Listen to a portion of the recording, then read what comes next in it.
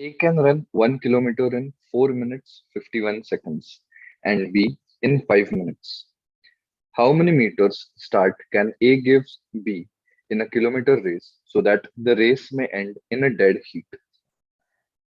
The race ends in a dead heat. That means both A and B complete the race together. That means the time for A and B will be equal. Now, A completes the 1 kilometer race in 4 minutes and 51 seconds. So, if we convert this into completely seconds, you will get 4 into 60 plus 51, that is 291 seconds.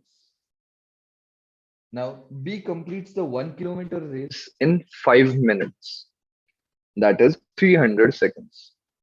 So, we have to find out how much distance can B cover in 291 seconds. As distance and time are directly proportional, we can write it down like this. 1000 meter corresponds to 300 seconds, that is 5 minutes. X meters corresponds to 291 seconds. So we will get the value of X, and that will be the distance covered by B in 291 seconds. So X is equal to 1000 into 291 divided by 300.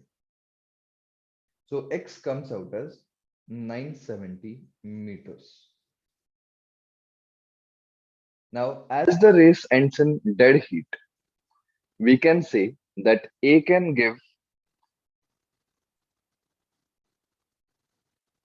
1000 meters because it's a 1 kilometer race minus 970 meters, that is 30 meters start to B.